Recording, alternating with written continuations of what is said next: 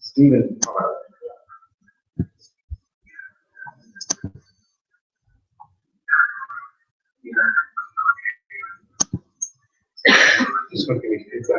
You should turn up. What do you want? What do you want that? No, just get rid of whatever you're on. Get rid of whatever you're on.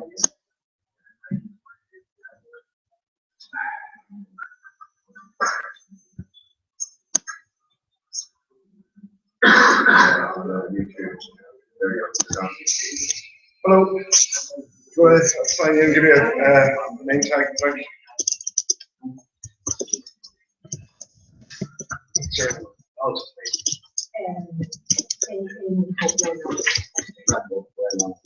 yeah, there we go. And your name?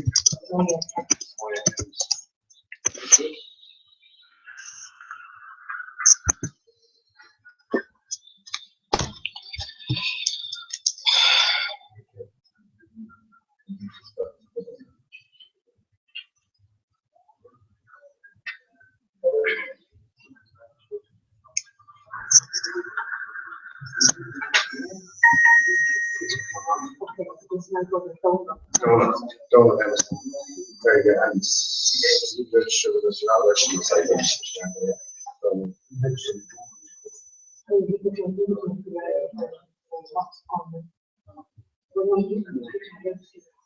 Hey, Jeff, how you doing? Yeah, she's all right. Quick one for you. Yes. You don't have anybody here from the Smithfield Historical. I don't know who's doing the past teacher. They have said they're going to be here, so I don't know who's here or not. So Okay. We put in a submission to the City Council to get a grant for the plaque of Sonny Baddock. Oh, I heard that. Yeah. Talked to the fellas up in, the old army guys who were in Arbor Hill. Yeah. They said they do the Guard of Honor and stuff like that. All right. So it's one of the things I wanted to talk to you about. Yeah. Because I'm not looking to step on anybody's toes. Yeah. I don't know if that's something that would roll into what you're doing. Discuss it here today or whatever. Yeah, that's grand. Yeah. So we have to register there with your own. Well, no, you're already registered, I think, so it's fine. You know what I mean? So, would you mind just taking a few photos? Would you? Absolutely. Just to. Sorry, half my IT system's gone down now, so it's. Is this being? It is. I'm just trying to get working now, so that should all be working. Just press. Just look through the viewfinder and get it working. Mainly not of me, mainly of the crowd. How's it gone? Good. Which relative to one that you said? Mary from Ireland.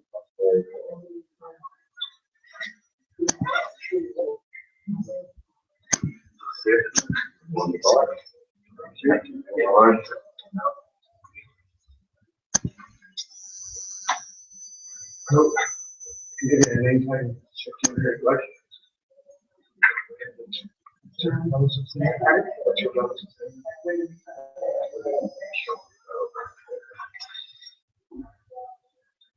And your name?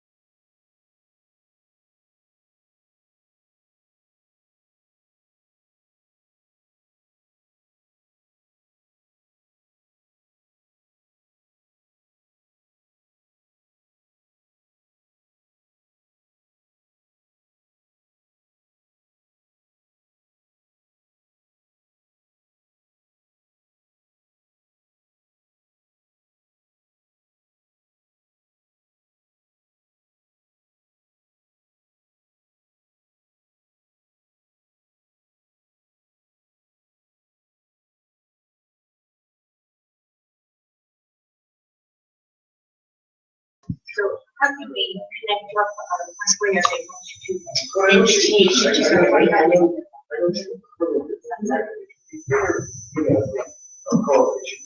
Yeah.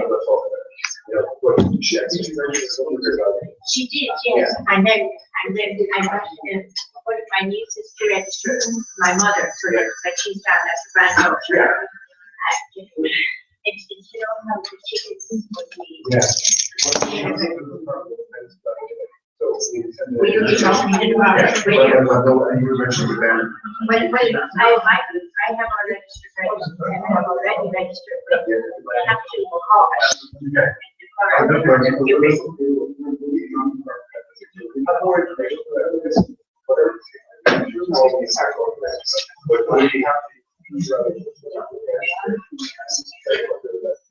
but the thing is, can more than one person register with the same person?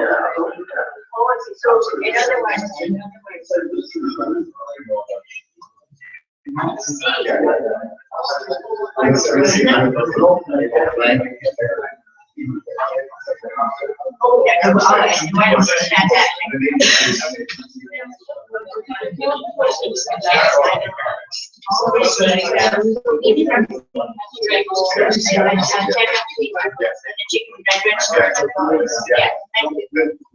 If anybody hasn't signed in, if you want to come up, I'll give you a name badge just so everybody knows who you're talking to once. Yeah. And your else's name? Sean Ford.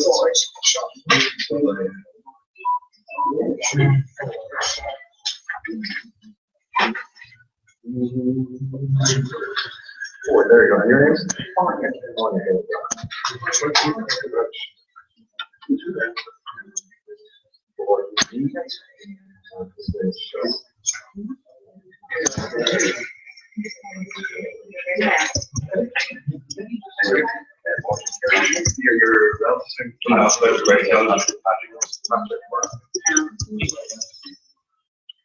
Your name is here on that.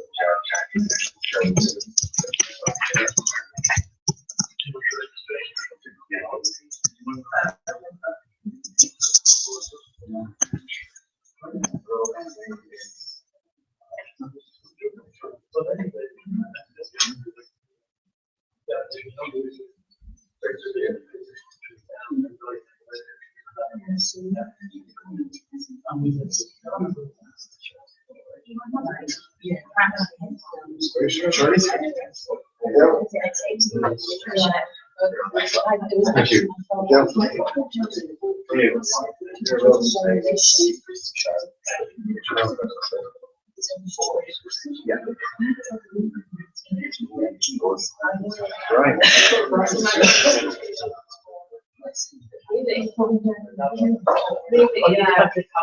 Houlihan, yeah, Paddy Houlihan, yeah.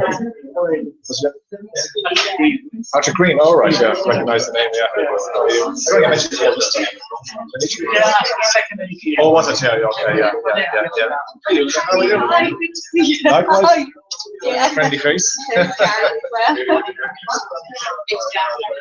Paddy, well, the caption anyway, which Is this the one with your grandfather's testimony in it? Yeah. Your grandfather Yeah, reported too. I have a version. Do you have a version of that as well? Yeah.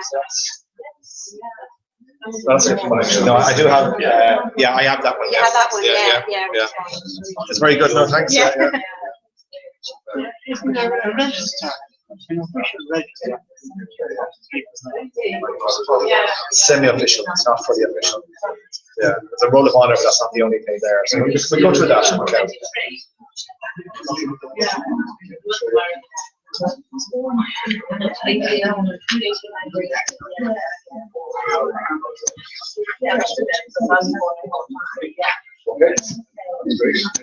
Okay, I guess we start now.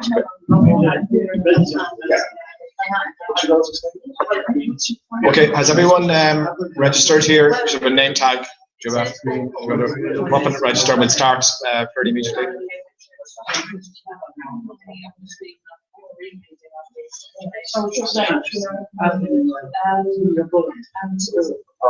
Paddy. Yeah, we got brothers, yeah. There is Dublin is rebellion there. directly. That's one of them. We can go back to that in a minute. I'll catch you. We're going to take a break and we might go through all those things, ask all those questions. Just so Very good, very good. we would never recognise him from those things. But you have to wear this. Thanks.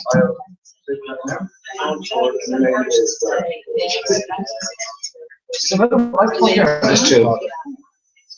There are two microphones or no? Okay. I don't think you know this one yet. You can find it, you know the website, 1916. Great. Are you aware of that, right?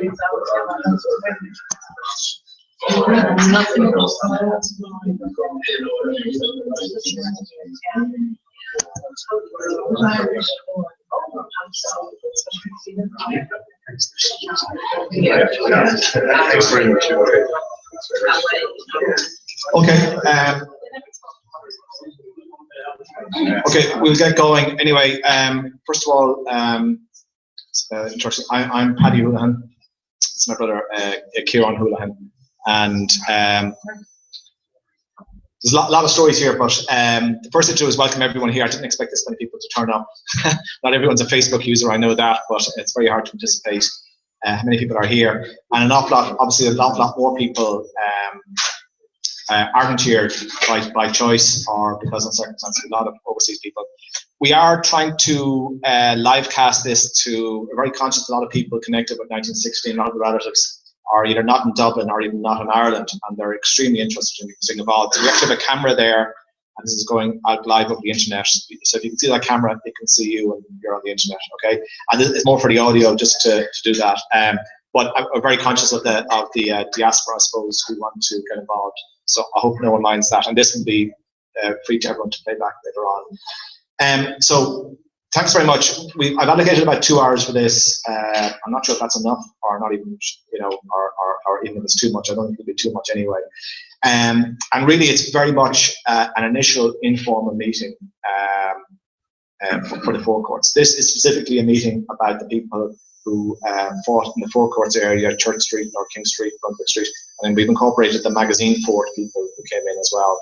Most of those people were Irish Volunteers, 1st Battalion, but some of them were FINA. Some of them were obviously coming in on, and some of them probably weren't affiliated. The only topics we have today, sorry, the agenda, this is, and we can actually open it up here, but the only topics we really have is talking about what this organization is, talk about the database, and then talk about what we want to achieve, and hopefully form some basis of a committee to actually achieve action. But now Una is here, and very conscious of the fact that we're at a table facing you, rather than a big, what you call it, a lovey circle, a circle. This should really be a circle, but this is the way that the room was set up. So it's meant to be very much interactive, but we're going to try and plow through to the goals of this year. But the first thing I want to do is, it'll probably take about 10, 15 minutes, but I think we should do it is maybe hand this microphone around and people just say who they are and say who the volunteer is. We don't have time for any stories. We might actually do a breakout at some stage for people to introduce to each other, but maybe just say your name and the name of the person you're connected with. And that means that if someone here, relative who knows your relative, they can be able to meet you at a breakout time or something like that. We're going to try and use the microphone. And we're going to use the microphone because it'll be hopefully picked up on the internet a lot better. So all Q&A. So Kieran, I'll let you, since myself and Kieran are the same, I'll let Kieran speak on our family, and I'll do it as quickly as possible, like just as briefly as possible, so people can identify people. Okay? Okay, so my name is Kieran Houlihan, and my grandfather, Paddy Houlihan, and my granduncle, Gary Houlihan, were in Four Courts Garrison. My name is Stephanie Gardis, and my father was Stephen Pollard. He fought at the Four Courts with his brother Frank and his sister-in-law Doris Pollard. It's Michelle Ford. I'm the daughter of Sean Ford, who started off in Maxine Ford and then was in King Street in Focus. My name is Mary Hanson, and my uncle Patrick Farrell was shot killed on Davis Surrender Street. My name is Rosie Murphy, and my grandfather Barney Murphy fought in the Four Courts. My name is Jerry McDonough, My father, Joseph McDonough, was part of the first sea company and did it for Joseph McDonough, or it's Joseph McDonough of Paris. As you guys are two brothers here. So we can skip over, yeah. So again, the same information, okay? Well, my name's William Harley McDonough, okay? My name is David Alford. My grandfather was Robert Allman of the G Company in Northumberland. I'm Sean Hood, and my father was Paddy Hood, and Norton Street, also on the high school. My name is Dar Donoghue. My great grandfather was Edward Lyons, who fought in Four Courts. My name is Patrick Green. My father, same name, Patrick Green, was in Four Courts, Garrison. I'm not sure if he was in the Four Courts today. Good afternoon, my name is Joe Bevan. My father, Sea Company, first man into the whole port in 16. I'm Ringo. My grandfather was Charles Bevan, Joe's dad, and he fought in the Four Courts along with his father and two other Bevan brothers.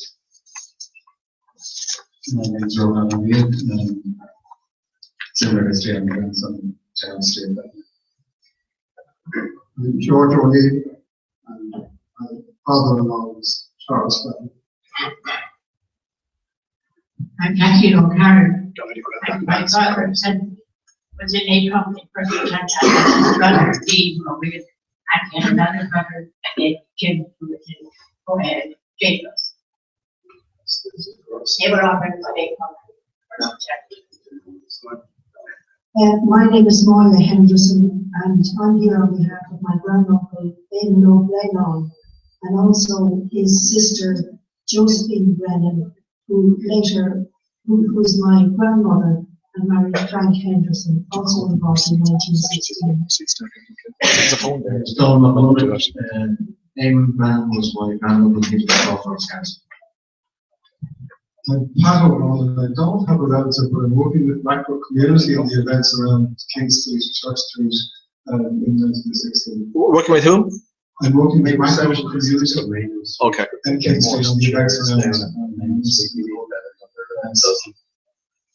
Thank you. My name is Kieran. Thank you. My grandfather Patrick, who was in Four Courts person. My name is Charlie Water. Father fought in Church Street. My name is Francis Scully, and my grandfather fought in the Four Courts. William O'Brien. Hello, my name is Maura Flynn, and my grandfather fought in the Four Courts, and his name is William Keogh. There are more chairs coming down, be down in about 2 minutes, okay? Hello, my name is Sheila Scully. My father fought in the Four Courts. William McKeown. My name is Irish Scully, and my grandfather was McKeown fought in Four Courts. Hi, my name is Frank Sheeran. My grandfather Thomas P. Sheeran fought in Francis Ford and on King Street. Hello, my name is Dermot Ford. My father is Sean Ford. Took part in the raid of the magazine Ford and fought afterwards in King Street. My name is Peter Fitzgerald. My mother's father fought in Four Courts. I'm Owen O'Donovan. My grandmother Conor O'Donovan fought in Four Courts. My name is Frank Cullen. My grandfather Thomas Cullen fought in the Four Courts. My name is John Ennis. My great grandfather James Campbell fought in the Four Courts. My name is Paul McNulty. My father, Paddy McNulty, was part of the Four Courts garrison and fought in North King Street. I'm Una McNulty, and my grandfather, Paddy McNulty, and my granduncle, Nicole McNulty, fought in North King Street.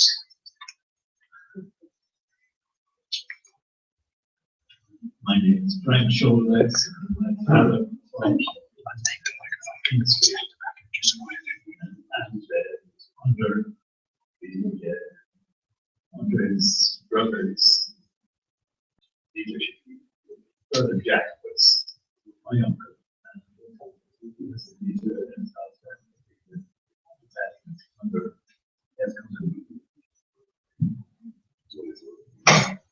yeah, I'm Frank Shoulders, and as also grandfather. My grandfather was Frank Shoulders, and I'm actually researching something in a book about Frank and Jack. Is there anybody else that hasn't been at the microphone yet? My name is Paula Keisha, my grandmother and grandmother were in Four Courts. My grandmother and grandaunt was meant to come home. I'm Dennis Dunn, and Dennis Neary, who my named after, is part of the Four Courts Girls. So my name is Paula Dunn, and my grandfather Dennis Neary fought in the Four Courts, and my grandmother, who would have been, her name was Mary Jane Byrne, married to Dennis Neary, known as Molly Neary, was a member of Communal and was involved in watching the magazine in the Queen's Park on Eastern Northern Ireland.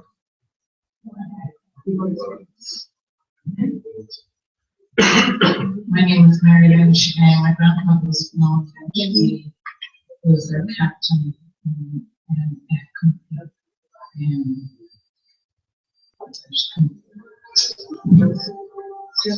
and my name is Dave Kilmartin. My grandaunt was Mary Kilmartin in Four Courts. She was also one of the founding members of Kilmember Jail Restoration Committee. Hello, my name is Isabel Lee, and my grandfather Thomas Cassidy did Four Courts Garrison. Okay, so a lot of familiar names, well, familiar names from history there. Sorry, we have one more person over here. Hi, my name is Anthony O'Brien. Our grandfather fought for Four Courts, Patrick Swan. Oh. Anybody else? Everybody covered?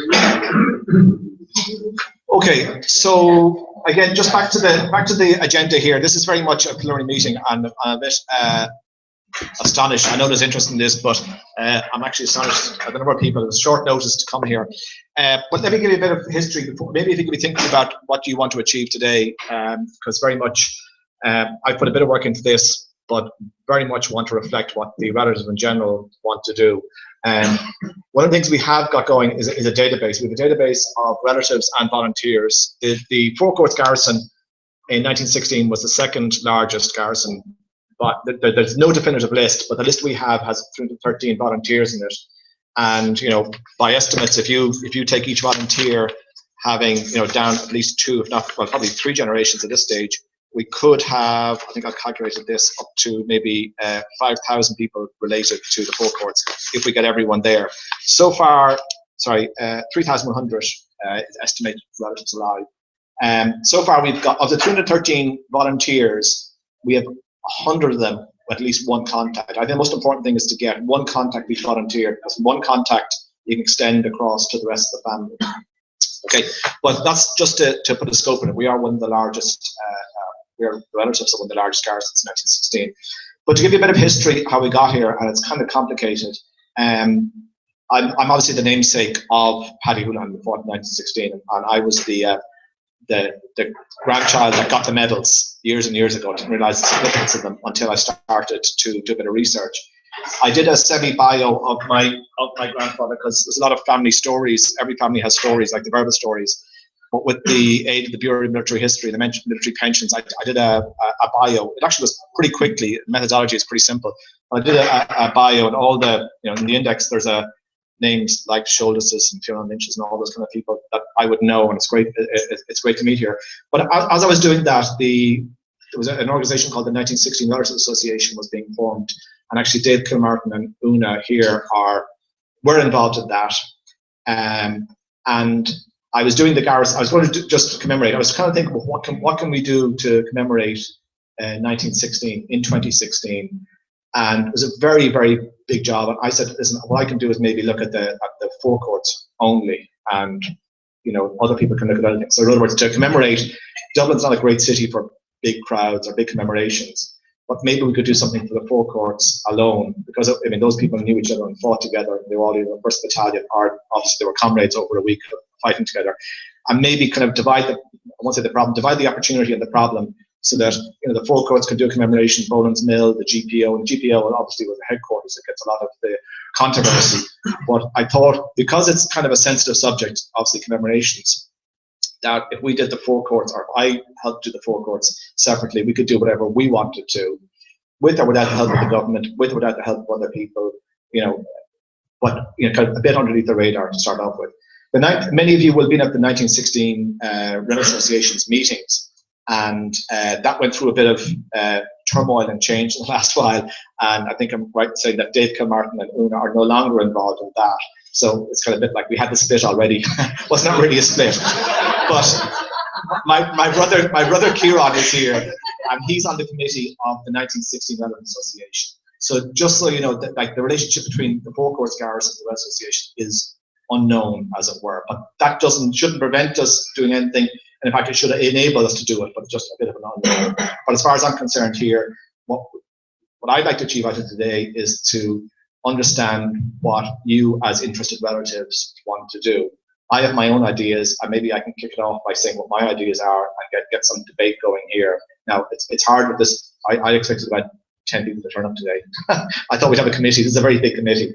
But, the idea is what can we do? Get all the ideas out on the table, so that if there's any idea that we all want to do, that we action it and get it done. And if there's any controversies, we sidestep those or tackle them head on, whatever it may be.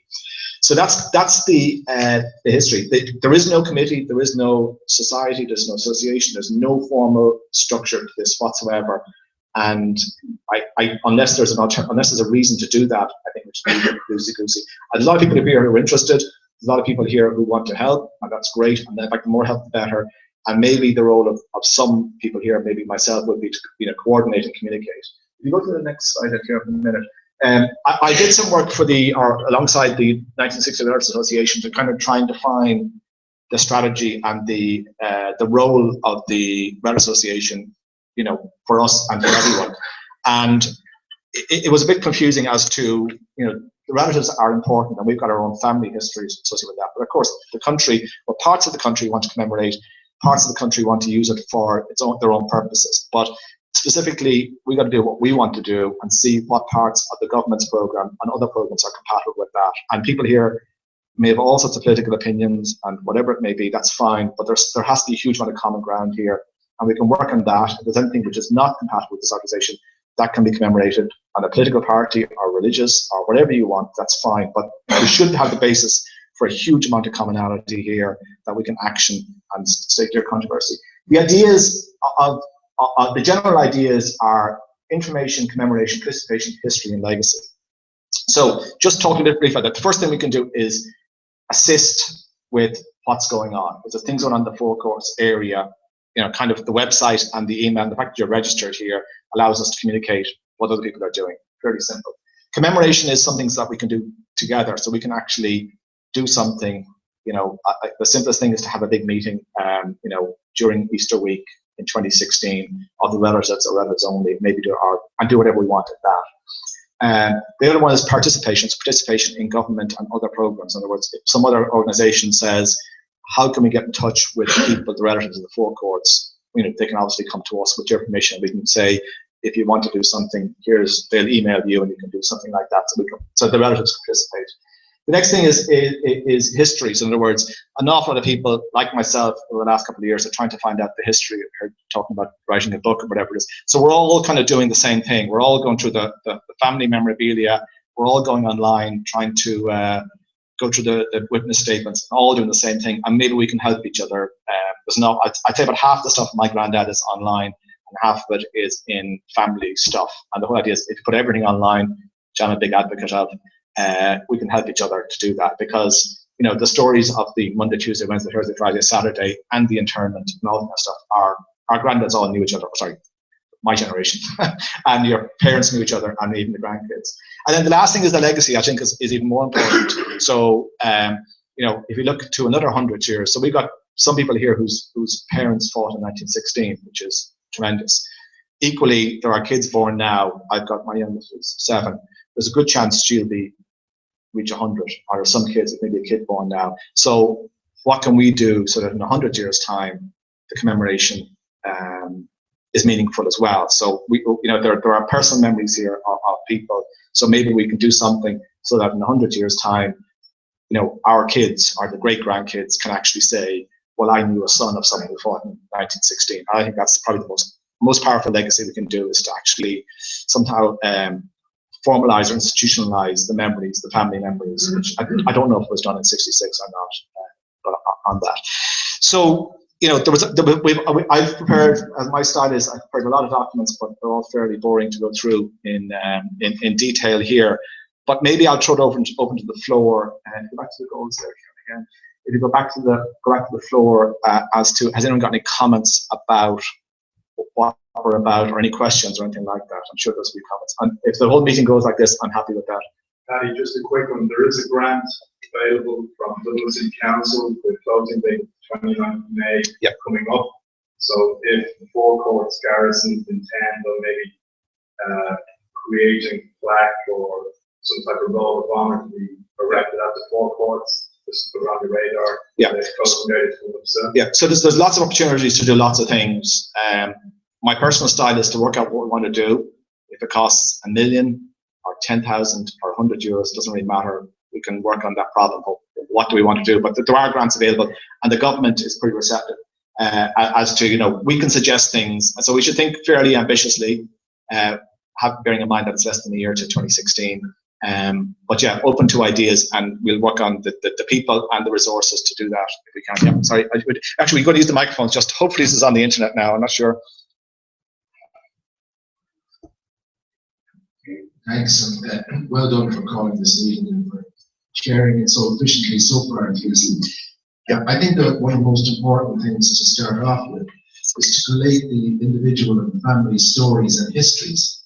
And I would suggest that we look into the possibility of funding, perhaps through government grants, perhaps through our own efforts, or a combination of both, a research student to collate all these personal and family histories and come up with a fairly balanced, consolidated history of the forecourts garrison and its outposts and what happened during that week. That's an excellent idea. So I think that's my point. Now is I think it's exactly the one thing we have that no one else in Ireland, the world has, is the family histories, and somehow we can get that gelled. I hadn't thought of the idea of funding a student, but God, there must be when you know the research students are, then there's a lot of grants for that. That's a great idea. Any other comments or questions? And sorry, by the way, there's very few people in here who know each other. Obviously, myself and Kieran know each other. I mean, Una and David, but I don't think I've met any of you. So, you know, ask absolutely every question you want to ask. I haven't had an idea, and I was interested that there's somebody here from the community group in Stoneybatter, because under legacy, I think we could do a presentation for businesses and communities in the area and for schools to tell them about what happened in the streets, because I think there are people here living in the area and they don't know what fighting occurred in the streets. That you have a school on Brunswick Street, the Brunner, and I can't forget its official name, but it's known as the Brunner. It's a Christian Brunner school. St. Paul's. St. Paul's. So, and maybe if a group got together to create a presentation, and we did it for the schools and then also for the communities, and then made ourselves available as a resource. There's a project, it's a First World War project, a history teacher in County Donegal. It's called Adopt a Soldier, and the adopted soldiers, each student took a soldier to research from the First World War, but I think we could do it for the rank and file and the forecourts garrison, because I think people learn about the signatories and the leaders, but they don't learn about the rank and file. And I think if you went into schools like St. Paul's, the Brunner, and suggested that they adopt the rank and file and research it, we could then make ourselves available for interviews or to help them in whatever way. So it's a couple of ideas under legacy, I suppose. So, yeah. I would like to back that because just a short comment. I'd like to back that because I live in Clontarf and my father Sean Ford was involved. At the local school, they were doing a project and a young girl took it, among all the stuff she did, she took on to research my father and she never met him, she's a young girl. And she feels she knows the man now, and I feel, you know, the young people around Clontarf know my father Sean Ford lived before, so I would back that very much. Okay.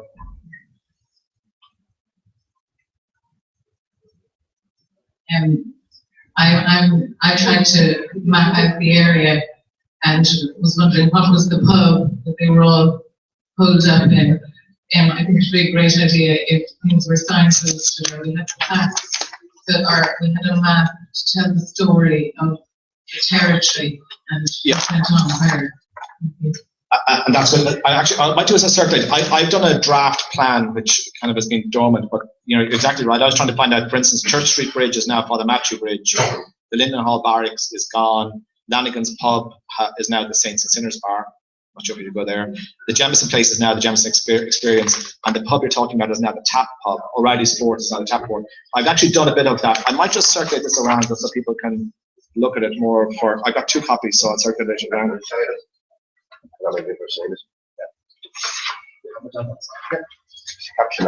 Yeah, that's, yeah, I have that. Yeah, that's by my grandfather. Yeah, just one of those photographed them too. Yeah, I have that.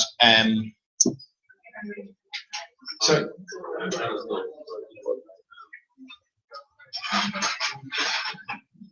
One of the things is that we're talking, you break this down into data gathering and talk about presentations, schools and stuff like that. But again, it's all into the presentation. And obviously, if you're talking about legacy and something there for 100 years' time, there's only one place all this should be, and that's actually on the web. And one of the ideas I was thinking of is maybe based on Google Maps or something else like that, where you tag all the photographs of people, you know, anybody who's photographs will be scanned, and the histories about, you know, experiences during the week and all that, they're actually tagged to the exact geolocation of that. So that it's something that, you know, I may or may not turn up to, let's say, a hard copy presentation on something, but it'd be great to, let's say, my son, well, I don't have the grandchildren yet, you know, be able to just go on the map, onto a Google map and say, well, here's the story, and that's there forever. Yeah, I agree. I've been looking around for things. For instance, Trinity College has a scan letters thing. I don't know if you've seen that, but you actually scan letters for the year from February 15 to 16 or something like that, and you actually are encouraged to put in all letters and scan them. That's very. And then the National Library has a Google map, a geolocated photo thing as well. It's all very disparate. One of the ideas to kind of, you know, would be maybe to kind of address all these things is to have a day where we've had kind of a symposium. So take over a hotel, a big room, everyone bring along their stuff, maybe have people speak from the National Library or the archives and do a masterclass on how to do your family research. People bring along scanners. Yes, exactly. Trinity College did that, I think. So we could, so if that's something, sorry, I missed your name? Dennis. So we're looking for volunteers here today. So if someone could, there you go, put Dennis down for. So but like, if someone can actually say maybe do that, I mean, between us we probably have 10 scanners, but it'd be nice if someone from White's or someone like that could come along, you know, gratis. Maybe some of you are working in archiving, and just say for us, you know, there's going to be whatever it is, bring that memorabilia, scan it, allow copies to be, you know, by scanning, allow permission for it all to be put into just a, you know, the presentation layer is kind of separate, but actually have it as a resource, big Google Drive, whatever it is, and then from there on, other students can go off and do it. But I think a day for memorabilia scanning and collating is a good one, and that's something that we could do. I'm thinking in the September-October timeframe, and just pick a day. We all go in, we all scan, take photos. I've been experimenting with that, and I've done a lot of my own stuff as well. And it is a bit tricky to do, but if you just do a master class in the morning, and then everyone just come along and do it. And if if everyone would give up the copyright as well, that would even be better. You know what I mean? So there's, just put it into a giant pool and we can curate it. More comments, please. There's somebody mentioned a plaque, and my dad had told me that he remembers a plaque on North King Street with all the names of the people who fought in 1916, and it's obviously was taken down, but I don't know if anybody else remembers it. But there was a plaque there with the names of the people who fought in the area at one stage, and we don't know where it's gone, but my dad remembers it. Yeah, just maybe open up that. I mean, as I mentioned before, there was no definitive list, and someone asked me just before the start of the meeting, like, what is the list? Based on my experience or my research, there's a few different sources for who fought there. So there's a thing called the Roll of Honor, which was done in 1936, and that was people. So literally, they signed it and presented it to De Valera, I think, a while later, and that's in the National Library, I think. Some volunteers did not sign that, and so it's incomplete. But the other most definitive source would be the Bureau of Military History and the pensions records. So roughly 1,500 people fought in 1916, and then in the War of Independence and Black and Tan War again, 86,000 people claimed pensions, of which 30,000 were granted. So an awful lot of controversy about who fought there. But the list we have is based on 3 sources.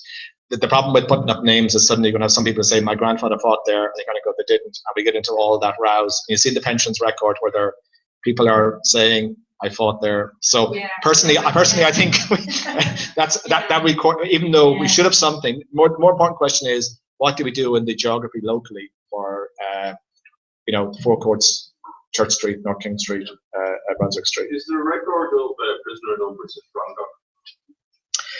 There may be, there probably is, but again, some of the people who fought in the Four Courts walked at the back door, like weren't arrested. Some people were arrested and were not involved, but there are records. But I've looked at that and I kind of went, it's kind of a red herring from the point of view. There's so many interned that it doesn't really provide. It is interesting, but it's not it doesn't directly relate or doesn't directly influence what we might do in the Four Courts area. And I think there is who organises the trip every year to the Irish Volunteers. So some talk about this IrishVolunteers.org, and they've organised trips to Clongock in previous years. So I've talked to them recently. And this Garrison had a kind of commemoration there recently, and he was there and talked about maybe next year doing a big trip to Clongock. So it's kind of a day trip. Yeah. Maybe hands up. Can everyone put their hand up? I mean, I just want to see the Four Courts. Did everyone go to Clongock? So whose relations went to Clongock? So that's about half, I would say, maybe 2/3. So yeah, that's just a matter of interest. Okay. Any other comments or questions, or what you'd like to see over the next year going on? I see it is mentioned on the people that's going around. I would be very interested in having a mass for the relation. Yeah. Okay, so not that I'm hugely religious, but I've been in touch with the Capuchin Friary on Church Street. Was it Father Albert and Father Dominic? Yeah. So they were very. In fact, my research maybe tell you something you know, maybe something you don't know, but they were very supportive of the volunteers and the FINA, and they allowed their property to be used as training, like military training. So they were very, very.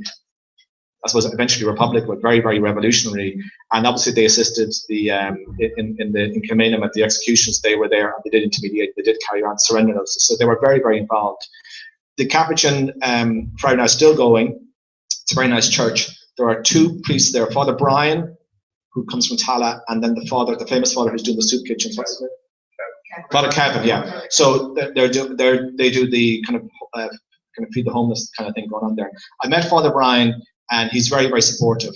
There's also a guy in there, another guy called Brian, who's the Capuchins are 400 years or 500 years in Ireland, and they've actually employed a full-time archivist who's now doing research and archiving a very good website, and he's scanning everything, and he could be an advisor to us. In fact, when I went in to meet them, he just did a research, and he found a letter from my dad's dad, in July 1916 from Clongock, to Father Albert on Ida Scalabat. So that's when my grandfather was 18 years old. It's a very interesting letter that he wrote. So it's actually, the original letter is in the Capuchins. So the Capuchin, Father Brian, as a local guy, so it's the local parish, he knows all the teachers, and he's very supportive. I mean, we just talked about a few things, and he said it's shocking that a lot of kids in school don't learn the national anthem.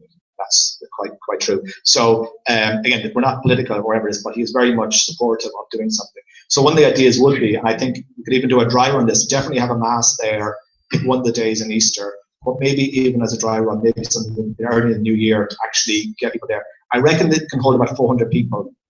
Has Bowland Mills people have work too? Have which? Bowland Mills Yes, has they did, started yes, off with that's right. Start off with a mass? Yeah. They had them showing again. Oh, they did have the mass, yeah. So I'm totally in favour of that, you know, but and also it's very nice that the Capuchins hope, well, they were very open to that. In fact, my dad's twin is a priest as well. So if it's a relative who's a priest, we can get them all up there to say mass. Well, that's very good. But I think that'd be a very nice thing to do. So, you know, in a commemorative thing, I think, you know, I would like to see kind of religious, you know, as light or as heavy as you want. We'd like to see the Defence Forces involved, a colour party, something like that. I'd like to see as many young kids as possible involved, so part of the legacy. And I think a local element would be good as well. But I think whatever we do, yeah, we'll have that, and that's optional if it's controversial. I think it should be a non-denominational religious service, if at all. After all, many of the Republicans going back 200 years were non-Catholic people from the north of Ireland, from other parts of Ireland. Yeah. Some of our finest statesmen were also Church of Ireland or Presbyterian. And last Wednesday at the annual Arbor Hill commemoration, I was there, and I was delighted to see that the Church of Ireland Bishop of Meath gave the key address. And the whole tone of her address was very inclusive and talked about the future and remembering and the different traditions coming together. And I would be opposed to a particular religious section having okay. Well, that's okay. We'll get to controversial. I think but you're 100% right, because the Fianna, obviously Countess Markievicz and Bulmer Hobson were both Protestant, as was a huge number of the people in 1916. So I don't know how we deal with that. If it has to be, I mean, I don't know whether any non-Christians, I don't know, whatever it was. But if we get to some commonality on that, and anyway, it's entirely optional. You know, we can do that, and people can take it or leave it. So, do you use the microphone? Yeah, there's somebody waiting here with mine. Oh, so you go ahead. Go ahead. But sorry, I don't want to be skirting around that. But maybe we can have a thing where there's, I don't know, if people can either have a Christian or non-denominational, or else have a Catholic one, and that's entirely optional as to whether people do that or not. And that's something we could do. Sorry, Dennis, I'm being twisted. I'm actually against any commemorations that the 1916 Corps garrison organised, and having a religious service, interdenominational, multi-denominational, non-denominational, or whatever. I have no problem with people going up and organising a mass for that, and so on and so forth, because basically,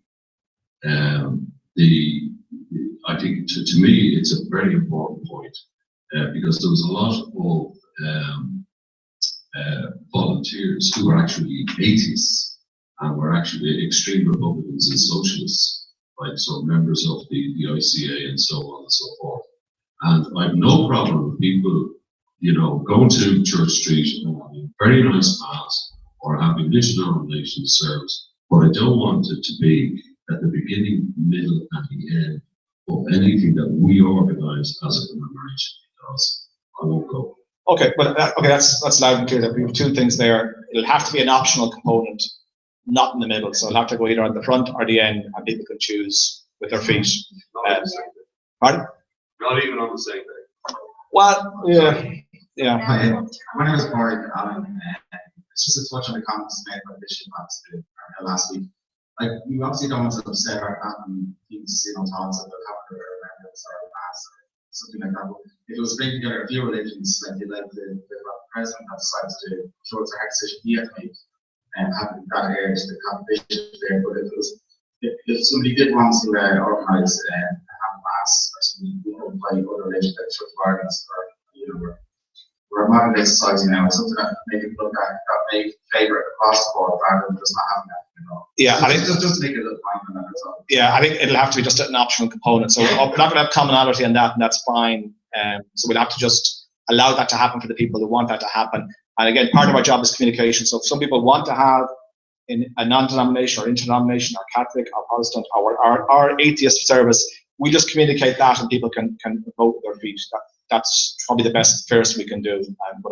So we'll have to just sidestep that as a kind of unanimous kind of thing. So the important thing is that we don't allow any of this, what had been the recent conversation, to divide us. Exactly. No. The Brits did it for 800 years, divide and conquer. Yeah. No, they don't need any help. Okay.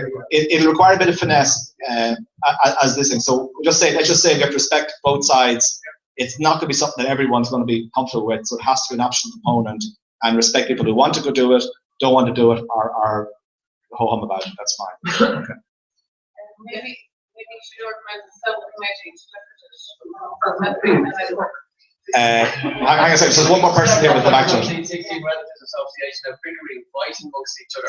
That's all the meetings I've ever been to. That's all they ever did. Yeah. They looked there and everybody blew their own trumpet, and Yeah. nothing was ever done. No, And no. it was an embarrassment. Yeah, I agree. And believe me, the what we need here is actions and a calendar. So if we could put on 10 things, and if one of them has to, if you or some of us can put on 10 things, and or even 2 things or 3 things, that's action. So it's about action calendar. And one thing we want to get out of today is people are going to do things on a certain date, and that's if we can do that, we have momentum. Yeah, my question just been covered. It was to suggest either an answer nephew medical service for those who wanted to attend. So been discussed. But just to say that as far as Roundup is concerned, I don't know if some of our members are aware that the Welsh channel did a documentary or had it recorded at Moved House or lost it. But it's a fascinating history and insight into the camp. And it might be worth even writing to the Welsh television company to ask if we could put it on again around that time so that the relatives could enjoy it. Yeah. And so I went to visit the Cranbrook site, and there's a beautiful plaque there, written in English, Welsh and Irish, commemorating the camp that used to be there. Is there anything left? Is there? No, it is just on the side of the road, a little lay-by. Okay. And it's just a brass plaque set in a rock. Okay. So we planted some snowdrops and crocuses around it. I don't know if they ever grew, but Yeah. we did anyway. But the documentary is well worth seeing. Okay. Any other comments? I'd just like to say that from my perspective, there are 2 elements to my belief, I would like to see. One is us as relatives of those that fought, that we have a commemoration of those people that died for our sake, and this is for us to remember them. And then there's the other element, which is the national importance of what they did, and how to commemorate that right into the future of the century to 100 years' time. And there are the 2 elements I think that have to be addressed.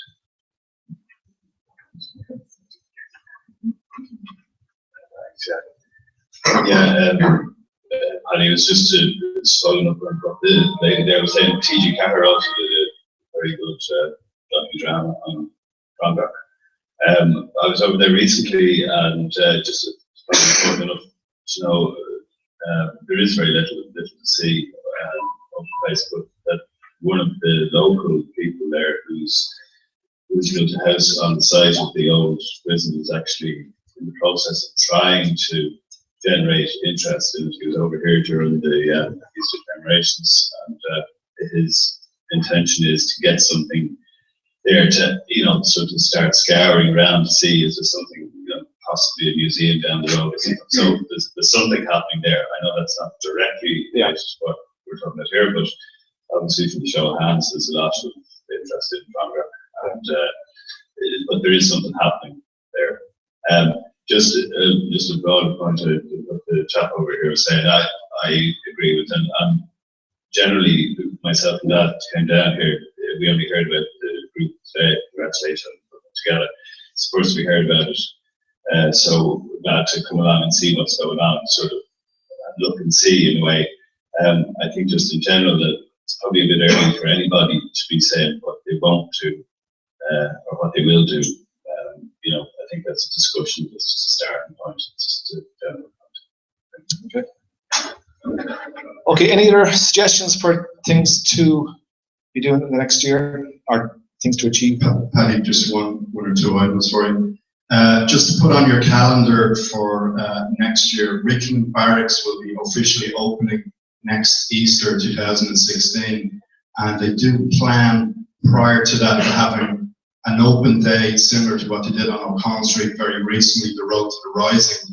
So it's going to give relatives an opportunity, bring in your artifacts, your medals, uniforms, etc.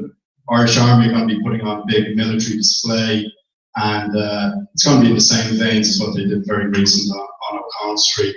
About 6 years ago, we organised a trip to Fromcock, and we got Lynn Ebenezer, the Welsh nationalist, to bring us on the tour of the prison camp and what's left of it.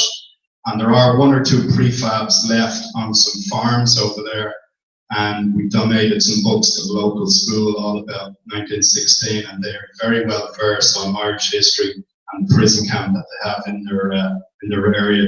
So I think that will be a good trip for next year to organise, perhaps, as Lynn Ebenezer is getting quite old now. Down here. Hi, Britt.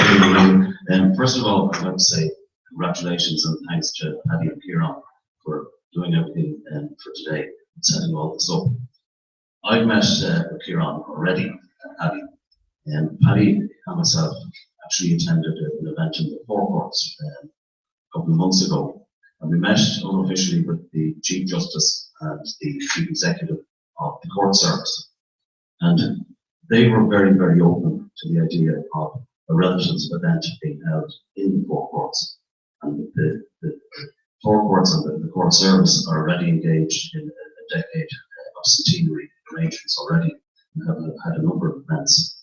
So one of the things we could possibly look at is the idea of holding something in the Forecourts. Now, because it is a place of work, and because it's a particular place of work, anything we do would have to tie in with the ethos of the judiciary and everything else. But we could perhaps look at the idea of having a function there, perhaps maybe a short speech by the Chief Justice, and maybe getting somebody such as the military judge to perhaps talk about the imposition of martial law in 1916 and the way the trials were done under martial law, etc.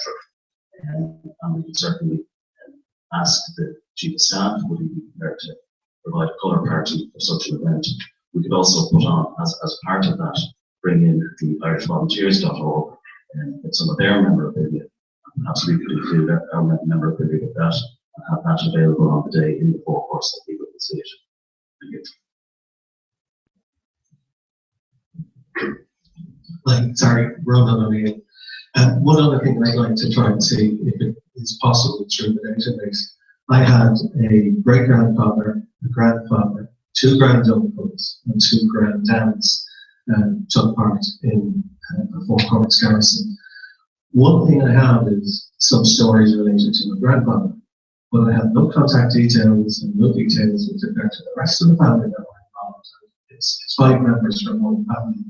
So if the database does throw up contacts, that they may be shared if the relatives were interested. Yeah, I think that's what, as I say, what we want to do is get one relative per. Well, the idea is that to be able to go to a volunteer's name and see everyone who's registered as being related to that person. That should be shared as well. It's only emails, it doesn't matter data protection, but I think we should allow that. We'll have to just allow an online way of doing that, just amongst our own group. So I think the database is one of the big assets. So what we want to do is make sure everyone gets as many people as possible to register as being a relative, because they may have parts of the jigsaw that are missing or hidden. As I introduced myself, I'm working with the micro community in the United States, like yourself, starting out in the process of deciding what to do over the next year. So, if anyone would like to facilitate, we don't want to overlap, obviously. And 2 of the themes that I would just suggest to introduce here is that the the civilian casualties on North King Street on the final day of North King Street. And the other aspect that I have in particular is interesting is all of those houses that were built in where the rebels used the bricks and mortars to build the barricades, and that's the house that I was built in. So there's two themes that are ancillary to the relatives. If there are any interest and any people would like to work with us in my community on local education. When I grew up and was educated in St. Paul's, I never heard a word about French and it's a shame, it's just not known in the community. Okay, so I think that's I mean, the local area. So in the plan, there are local things we want to, maybe we liaise through you, or if someone wants to, eventually we'll write down a few of these things and see if it helps out with these. But I think that's absolutely vital. Again, I want people to think about, let's think about Easter 2016. What do you want to happen that week or in the weeks before it specifically? Is there any other ideas? I've got a bunch of ideas here. I'm not going to read them out until I hear from you guys. Hello, my name is Francis Scully. My grandfather was William McKeown, I gave the wrong name earlier. It's just, we're talking about things like that happen, or it's just like an idea. My mother is my grandfather's father. She had medals belong to him. 2. Now I believe there should be 3. Now maybe I'm wrong with that, but I believe 25 years ago, or 25 years, the first 25 years, the first medal was given out, and my grandfather was given that. He then went back for the 50th, and he has that. Now I believe there was a third one given out, but he wasn't alive for it. Now I may be wrong for that, but maybe I think because of 100 years, maybe I think a medal for that 100th anniversary should be given to maybe the direct relatives, such as my mother. Something should be done in that respect to mark that 100th anniversary of what it is. Yeah. The problem with that is who's a direct relative. I mean, I reckon there's at least 50,000 people who can say they're related. You can't give one medal per family, and you can't give everyone a medal because of any relationship. So I think the medal thing, people can apply for certificates or copies of certificate of the original medals, but anything which you ask the government to do something based on a database of people, it's just often intractable. It's just very difficult, even though it's a good idea. But who do you give the medal to? Paddy, just to clarify on the medal situation, we already approached the Irish Army in relation to establishing if there was grounds to give out a medal for 100-year anniversary, and you won't get one. What we proposed is the central bank are issuing a medallion coin, silver and a gold coin, similar to what they did for Michael Collins. They issued a few thousand of those, and they were sold within a few days. And what we're proposing is, or what we've suggested is, we approach the central bank and maybe the relevant Minister for Finance, see if every family or the descendants of those who fought in 1916, we get issued with one of these medallion coins that they're going to issue for sale, and we ask them to have a clear distinction between what they offer to the public and maybe give one to each family of those who fought in 1916. Now the question is, there'll probably be Third World War between families who's going to get the medallion. And what we would suggest to the central bank then is you provide a facility for families to buy additional coins if they want additional coins for other family members. And it would be a money generating exercise as well, I suppose, for the central bank. That's just one of the suggestions that we came up with. Again, I'm very keen to keep this conversation to, there's an awful lot of things which the government is doing lots of initiatives, and what's the website, Ireland.ie, is it? Ireland.ie, there's an awful lot of general relatives events going on there, and there's going to be days for things. We're the Four Courts Garrison, so what do we want to do for ourselves in Easter week 2016?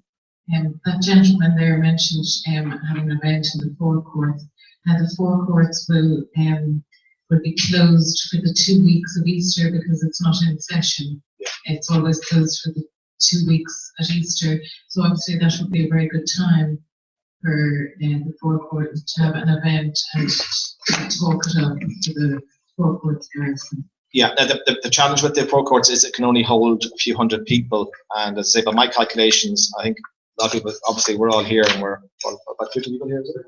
50 people here. I've calculated there's probably 3,000 relatives. So I've done an inventory of even the church can only take 400, but there's places like the Jameson Distillery, which is now a tourist attraction. We need to start booking if we want to have an event for relatives in the forecourts, and let's say it's going to be 1,000 people. There's very few places in Dublin that can take 1,000 people and actually do something. So we want to do something like that. We've got to book it now, and it may not be possible, in the venue. There's places like Croke Park, there's places like the RDS Convention Centre, we can do things. But I think the forecourts is challenged from a point of view of, I think the maximum, that round can only hold 200. Maximum it can hold on the fire rate is 220. So I think we'd blow through that pretty quickly. But it could be used for specific events, like not the big event. Okay, any other comments or suggestions for events? In the document I sent around, let me just read through this just in terms of I just write down a few ideas. One idea is to have a relative ceremony in 2016 to assemble an location in the forecourts area. That could be almost anywhere. It could be Smithfield. I think it's a big open concourse area there, weather permitting. A ceremony of some sort, like maybe a plaque. I'm not huge on plaques. One of the comments I have is that there's no actual statue. There's no actually single symbol for 1916. There's Irish volunteers things, there's FINA things, there's Coming Amon, there's War of Independence stuff. In fact, I was thinking about it, even the Easter Lily is a bit on the Republican side. The only symbol I know of 1916 is Cuchulainn. The Cuchulainn symbol seems to be the only symbol, but there is no way to kind of commemorate everyone who fought in 1916 at the moment. Maybe a wreath laying, maybe a speech. The presence and support of the Defence Forces, the lowering and raising of the tricolour with the last post, a reception, and actually a video recording of it. So that's a very generic commemorative event. I think the way the Brits do the cenotaph is very good.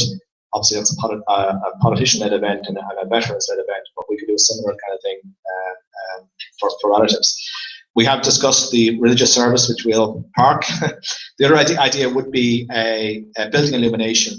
So for those people who are artistic or whatever is, maybe in the North King Street area, you could literally do where you can put on a canvas and illuminate, like literally project images of the barricades, of the buildings, of the fighting during Easter week or during around that time, and actually illuminate the area for that period of time. Even pictures of the volunteers, the British soldiers, the barricades, the armoured cars, soldiers. So some kind of way to actually physically illuminate, or what's called art installation. What do you call it? You're the arty person. Some kind of installation where during the week it's like that, or even something simple like the Dublin City Council to put in flags, just forecourts area in all the areas. So when people are walking there during Easter week, they see that this was essentially a battleground as well. Sorry, it just came to me that Paul O'Brien. Hopefully most of you know of a book called Crossfire by Paul O'Brien, which tells the story of the forecourts fighting. So Paul O'Brien is a very nice guy and very supportive of what we're doing. I'd encourage you to buy his book, and we can get him to do a walking tour for us. So let's say in September, we could say to him, would you mind walking 50, 100 of us, and book slots of 20 people each right through the whole week or whatever, so we can actually walk along and he can tell us the story, because he's no relation. He's kind of a military guy saying this is where the barricade was, this is where they household through the buildings, and he's a very good guy anyway, so we can organise that as a group and get F company here and C company, and he can actually do it and speak. So if you want, we can facilitate booking Paul over a series of Saturdays or Sundays or 10 times a day, whatever it is, and we can all go along with our families, kids, friends, and do that. The other idea would be maybe in connection with the local areas, actually organise an exhibition in the local area. Maybe we could scan and copy things there. So actually, if there's a community hall or something like that in the area, we could actually ask for memorabilia and give our own copies or whatever it is, memorabilia, to be in an exhibition area there. Maybe during Easter week or maybe before Easter week. And that's kind of a local area where the local schools, the local councillors, the local TDs can do it, something like that. We could do a reenactment. Some of the other garrisons are doing reenactments. I'm not sure how that would work, but it's an interesting idea. There could be local theatre things, again, part of the local community, or the kids things they could actually do, plays or whatever it is about 1916. I think we could even commission a documentary if we wanted to on that. So there's some of the ideas there. Is there any comments or suggestions on any of those? Just one other thing. While you were talking there, if you sort of glance over the word Republican. But so Republican meaning during Civil War. We don't want to fight the Civil War. Understood. So what I mean is, I originally, sorry, we don't want to go to the War of Independence. Certainly don't want to go to the Civil War. Oh, we wouldn't doubt that these people were Republican. Oh, sorry, yes, but I think the Easter Lily became, in the Civil War, it became a Republican side symbol. So I always thought the Easter Lily was 1916. If I'm not mistaken, I think it was actually a anti-treaty symbol for 1916. And it wouldn't be, am I right on that? It was used officially in 1966. Well, was that well, okay. No. Okay. It was used by the government. So it's without controversy that the Easter Lily, I mean, it was a Fianna Fáil government in 66. Well, I mean, I was 12 and I remember marching to Croke Park with my grandfather's medal. Well, sorry, does anyone know if the Easter Lily is controversial or not controversial? It is controversial. Okay, well then we want to avoid it. Yeah, I know, but I was thinking, Cuchulainn isn't. I mean, that's the statue in 1916, so it has no. Actually, the official symbol in 1966 was on Clive Sullish. Well, Clive Sullish, of course, yeah. You can still see it on Boland's Mills, where they have that plaque that dates from shortly after that time. Yeah. Put it on the new building there. That was the official symbol. Okay, that's so. For 1966. Clive Sullish in 66. Maybe it's something in terms we could resurrect. of continuity. Yep. We could think about again. Okay, well, they're just two. So I think the Easter Lily is kind of out slightly, but Clive Sullish or Cuchulainn could be kind of, and I think it's our job to maybe help do that. Right. Just as you were going through the list there, and things are coming to my mind too. And I suppose as relatives here, I suppose we're all most interested in our own relatives, which is understandable. And yet, as you were talking there, I was thinking you also mentioned the reenactment. But in whatever is happening, I think to have some sort of the story of what happened, the key points, and what my particular relative was particularly involved in that shouldn't really matter. And also maybe a roll call, just those people who we don't get who were there, the names of people, to give recognition to the people who were there. And whether in reenactment or just a short story of the key points. Like one thing that often crossed my mind is, how come, it happened when the order went out the previous day, it wasn't going to happen. Like my father was on his way to work when he saw there was something happening with Patrick on his gun.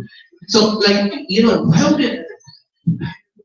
what do we know about the people who decided, I'm still going to go, even though was it McNeil, whoever it was, said, no, it's not happening. So, if there's anything in that kind of thing, that's historical I would say. So what can we do concrete? I mean, that's the general story of Easter 16, Not even 19, but the forecourt, in the forecourt. What happened there? And yeah. Actually, well, the question is, how many people here have relatives who did the magazine fort? Okay, so there's only 5. I mean, there's only 17, I think, did the magazine fort. So, I in the roll of honor, the magazine fort was separate.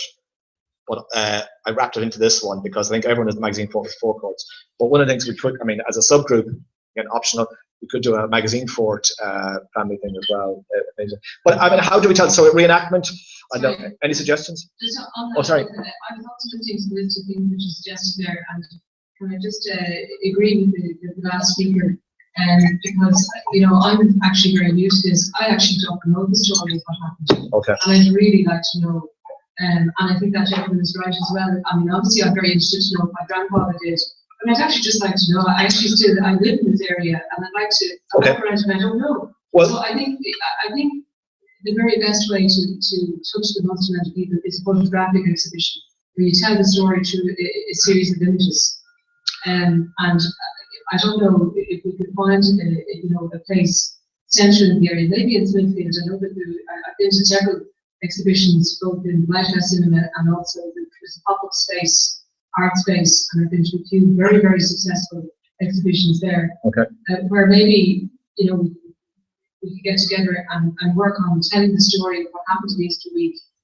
For the garden, I'm talking about just for the garrison. Okay. And again, I think, Paul, we can certainly do that. I mean, we can do one that tells the story.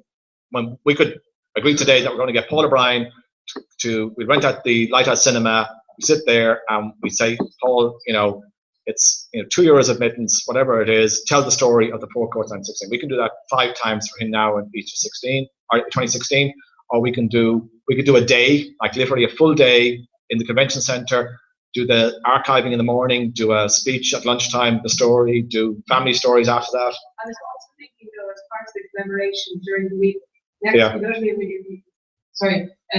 just trying to come up with ideas about how to commemorate, you know, during the week. Because it would be nice for people who are not relatives to go to something. And so, what's your name? Sorry, my name is Paula Dunn. Paula Dunn. Okay. And just to, you know, along the lines of, you know, I'm sure people, you know, for the whole week there'll be people going to different parts of the city, seeing different stories. Exactly. And it's just nice if the garrison story was also told in a way. Maybe it's not heavy duty. No, just a storytelling. Okay, I think that's a very specific proposal, which that's great because it's actionable. We can do it, and we'll get it done. I know. The reason I'm saying photographs is I was at something in the Bills test in Bilstra, sorry, and I say I really do think that people's attention is quite small. Which one's quite small? What I mean is the general public. Oh yeah. Get something, just spread the message. Yeah. I think you're talking about something that you can walk around with in 20 minutes. Yeah, got it. And the power of the image, I think, is very strong. Have people been to the Collins Barracks to see the 1916 that did there, which is about 20 minutes as well, I would say. I just think that you know, something like that I think there's only 220 people can fit into the four courts, because it'd be lovely if it was in that lovely space in the four courts. Yeah, it's too small. It's too small. And is there any area in the locality? I mean, I've got a list of places here, but to me the biggest place is either Collins Barracks, which would be heavily used, or else the Jemison, the Jemison exhibition area. Downstairs the Lighthouse is a good space. Is there only, 300 people that we can take, is it? No, but it is a photographic exhibition where people just walk in. And oh, I see what you mean. Yeah. Not for crowds. It's on for the week. Yeah, gotcha. People can come and go as they please. Yeah. Okay. Okay. No, I think that's good. Any other comments, suggestions?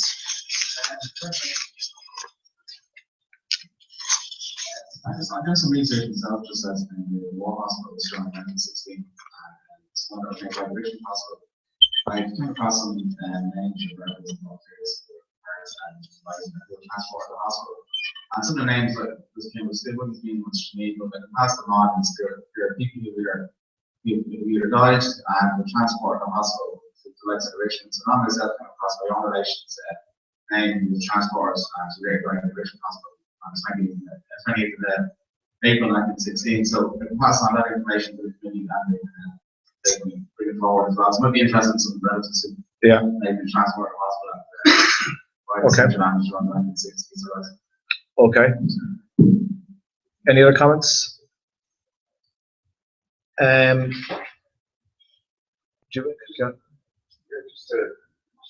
Probably touch on these anyway, but just to mention the website and registering all that. We haven't registered already. So it's 1916fourcourts.com. And I think you have this in your plan, but to kind of get a list of all the community groups who potentially you could work with. So at least just you know, as part of our preliminary work, I think we should just get a list of all the groups in the area that we can start writing to, start communicating with, see how there might be local theatre groups, there might be local whatever artistic groups who might be interested in getting involved. A list of any of the plaques around the area. I was talking to someone last night actually said there is a North King Street plaque. Maybe not the same one that Father remembers, but at least get a list of those and see what is commemoration and where the gaps are, or other stuff we might need to get in. And then I suppose just to touch a bit on the 1916 Knowledge Association, which I am on the video. I fully take the criticism. There's just stuff that isn't going on well. But I'm at the same time, there's some good stuff going on. We're talking to the government. I think there's a lot of appetite there for the government to help us. So one of the reasons I went on the committee is to make sure that whatever the government can do, we can funnel it down to the garrison group as well. So hopefully there'll be good stuff there, because they can help out with stuff like archiving and doing online resources and that. So my role in there is to keep on talking to them and make sure we get the stuff done. So that's kind of well, and also the defence force getting them, talk to them, we've got some contacts there, so hopefully I can be of help with that, to see if we can get other parties and stuff like that for relations. So that's the goal. Okay, I propose we take a 5-minute break. What I'd like to do is, if anyone wants to volunteer to help with any of these initiatives, which kind of fall into kind of local geographic events, then there's some story events, and then there's kind of that archiving and the legacy, the kind of it's called the scanning and sharing of storage, something like that. But maybe take a 5-minute break, and if anyone can come up here and just give us their name if you want to actually help organize some of this. Again, I'm very conscious we don't want to be talking shop, we want to actually do things, and essentially want to do whatever you people want to do, and we can facilitate that. We should be better together. So maybe take a 5-minute break and maybe come up here and register your name, and then we'll have just a series of ad hoc committees or whatever it may be, and we can do an awful lot of stuff by email. And then we can decide on what our next meeting is and what our next big action is. I want to know, in my mind, I'd love to know, let's say we're going to have a meeting in June or September. Do we want more people here? Do we actually want a meeting? Do we want people to come along with Mel's? Do we want people to come along and do the scanning? What's the next most important thing? And then what is our draft plan for Easter 2016? They're the two things I'd like to kind of get out of today. Just to let you know, there's a water cooler at the back of the room with paper cups and everything. There's some water here. And there's water.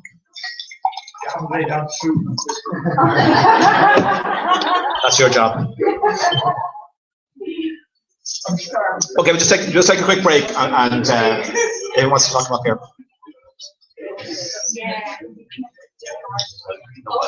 All right,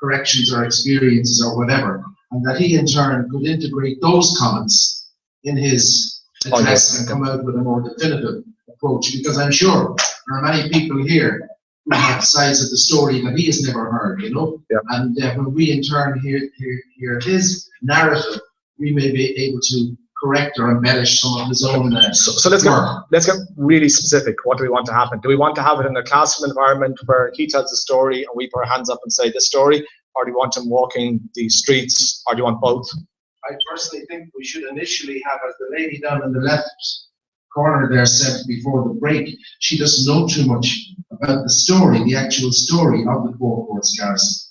Some of us we all have our individual stories, but again, I would appeal that we collate these, and by having Paul O'Brien giving a presentation in a classroom environment or an environment like this, and that we can interject with our comments or corrections as may be. I think he could then go back and put it to bed. Okay, so again, I'm just thinking, you know, we could do for this workshop, I suppose it is, which is, you know, he tells his understanding of it, and then we build up a bigger picture, and he can use that, and that could be with or without a tour of the area. But we could do that. That would take about 2 or 3 hours.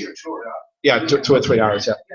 Okay, so I think that's a really good idea. So the classroom idea, and then walk tour around the area. Okay, just a show of hands. Everyone kind of generally in favour of that. Yeah. If everyone doesn't, okay. We'll do it. And I'm thinking we could do that fairly. I'd love to get something going. So maybe even June. Yes. And what's better for people? Saturdays, Sundays, Mondays, Sundays. Okay. Not good for me. No. Saturday's not good either. No, Sundays. Okay. We do Sunday afternoons, but that's I think. It would be a chance for them to do something without you. There you go. even better idea. No, I'll watch the video. Yeah. There's another brother as well and a sister. Okay, so we'll get that going. We'll try and do that. It won't be perfect. We'll try and do that as quickly as possible.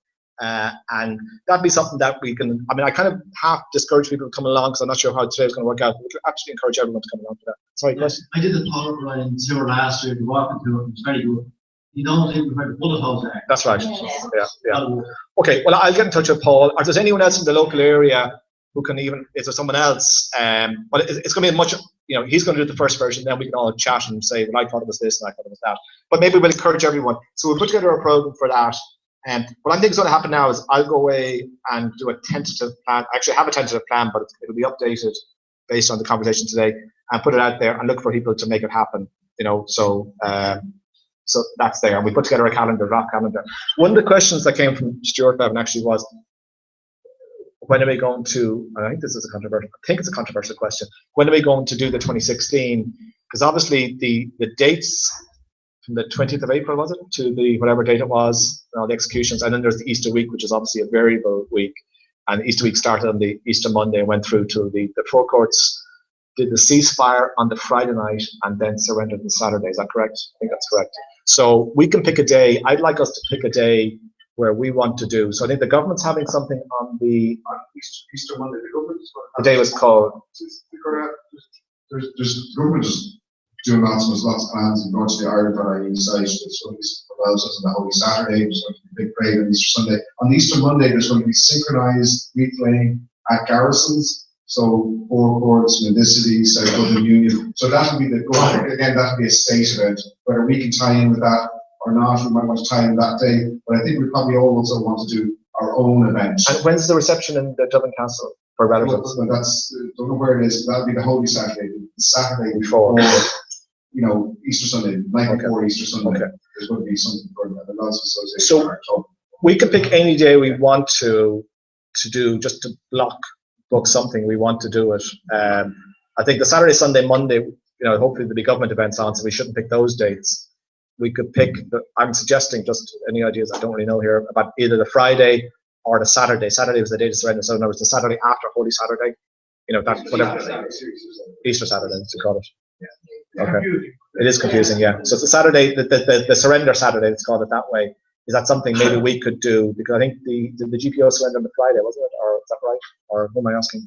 Anyway, if we can pick a date, weekdays are probably bad, but we can either do the Friday or the Saturday, pick it as our day, and just try and get our spoke in there, sort of other garrisons hopefully don't, because many people here will have 2 garrisons or whatever. Is that any comments on that, or we just go for it? Well, just for what it's worth, to my knowledge, the Four-Courts Garrison were the last garrison to surrender. No, sorry, I thought that, but actually no. Sorry, Dad, what did you? Who was it? It wasn't Boland's, was it? Surrendered afterwards. So the letter was taken from the Four Courts, and then people surrendered afterwards. You were F Company as well, I think you're North Brunswick Street. So F Company, which is my granddad as well, they were the last to surrender of Ned Daly's 1st Battalion. So they held out, but actually the other garrisons marched their surrender later, I think. So I'm pretty sure that's. But I think the Saturday is still. Does anyone object to holding the Saturday? Let's just hold it anyway until we find something better, and we'll just kind of tell everyone we're doing something on that Saturday, and we'll decide what it is later. Okay, so I'm going to come up with a plan. We're going to email the number of people who gave their things here, and then we put out a general discussion or general information, I suppose, and then we'll organise the first thing, which is a kind of a story. It's not the official, the book story, the official story, the various versions of the stories, and then we'll have a open mic, personal. Anyone can add in any bits, and we'll record that as well. And then maybe I think the best idea from Dermot was maybe get a student. Maybe we can somehow fund the student who can actually work on this project over the next year. That would be fantastic. It means someone's professional might do something there. That'd be a good idea. Okay. Could I say something, Paddy? And I know I'm landing this on you, but just in terms of giving you our endorsement, maybe I'd like to propose Paddy as our garrison rep or convener. I don't know the name, if someone would like to second it. And then if we vote, if you don't mind, Paddy, what it does is we go to government or we speak to someone, you're endorsed by the group officially. Are people in agreement with that? So if I nominate him, I'd like to second it. Okay, and we vote for Paddy as our representative or convener. I don't know what to call you. No, I think as I said at the start, I think we formalise the danger is it splits or we have different things. To me, it's loosey-goosey. Yeah. It's better at the moment. Yeah. But it's important that you have our endorsement. Don't worry, I'll be saying that anyway. Yeah, so. And anyone can say they want to, but thanks anyway. But listen, all it'll be is a series of plans organised by hopefully mostly you, and just really a coordinating role. And it obviously it won't be a controversy, but people can opt into whatever they want. And I think a lot of it is just going to be the story and something in 2016, which is going to be tricky. But you have our endorsement here, of course. Thank you very much. Is that registered? We don't have secretaries or anything like that, which is fine for the moment. Okay, is there any other? Because again, I think people are enjoying chatting around. So we said we'd 4 o'clock. We can take the next few minutes just to have an informal chat. And if there's any stuff you wanted, I've got some stuff here from my family history. If you want to take a look at that, we'll do that. Any final comments? Thinking it might be nice to get a photograph. Oh, sorry, photograph, yeah. I don't know, I was working with your camera there, but I don't know if we're going to get all of us in the photo, but I think it'd be just nice. Selfie. This has got a long stick.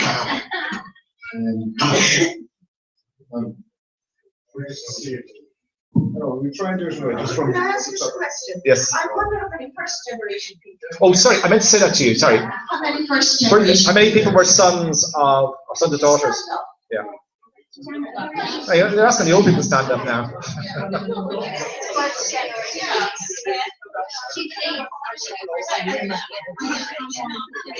Well, you would be, yes, you would be, yeah. You're not, yeah. Okay. No, you can all stand, which is great. and sorry, just sorry, guys. So just. Ding, ding, ding. Sorry, guys. Just to that point, of the 200 people registered, we have 30 first generation people registered. So there's probably about 10 here. We have 30 people who are sons and daughters or nieces and nephews and Covenant Daly has 3, obviously he doesn't have any kids, but I think he's got 4 nieces and nephews who are alive as well. So there are 30 people registered out of 200 who are first generation, which is very, very important. And we're making provision for you guys to get the front to have blankets and Zimmer frames, whatever you need. But the other provision is, and again, very strong in this, is to get the younger kids, get the youngest kids, so they'll remember it. They'll remember it in 50 years' time. So to me, it's sort of like the older and the youngest. We're just helping both sides. Okay, good job. Okay. I was just. Close, microphone close. Closer. I was just thinking yesterday, and I say this in all sincerity. Sean, for my father, basically supposed to bury my mother, my father made two. But my sister Barbara, there were 5 siblings. Barbara, who died quite suddenly, about 6 years ago, but very like my father, which is a great sense of humour. My father was genuinely a very, very good looking father. A good man. I took after my father. So my sister used to say jokingly to my mother. My mother was an eater at this stage, her mind was perfect. But you say to her, "Ma, how did you ever get such a good looking fella?"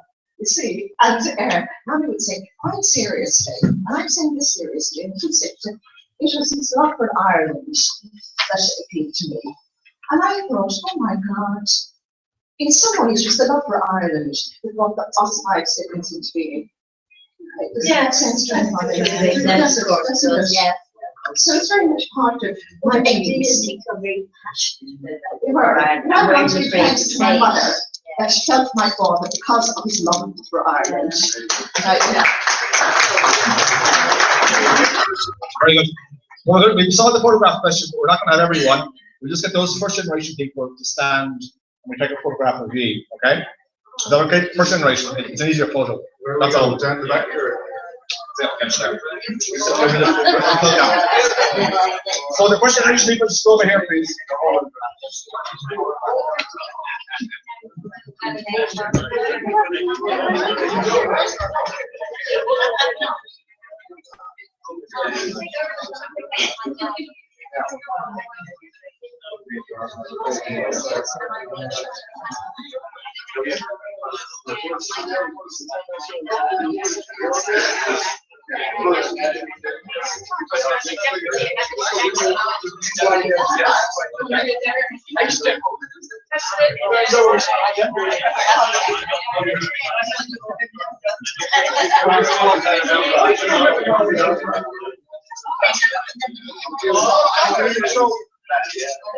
Can you just push in? Men? Can you just push in? Don't cut the. Can you just push inside a narrow? You've got 3 rows deep. 3 rows deep. 3 rows deep, please. I don't have you guys on the left. Can you move in? Can you move in there? The last person, right? Okay. Sorry, I should on that. It's not pretty. Hurry up, I can't hold that in one. Okay, this one should be it now. Okay. Anybody here ever heard? I look over here. Who's that? No. Can't see the lady behind you. Okay, now here we go. Okay, wait 1 more second now. Hopefully going there. Thanks very much. Thank you. Sorry. I'll put a copy on the website as well. All right, guys. That's the end of the meeting. We'll just let people circulate and we'll be in touch by email. Thanks very much.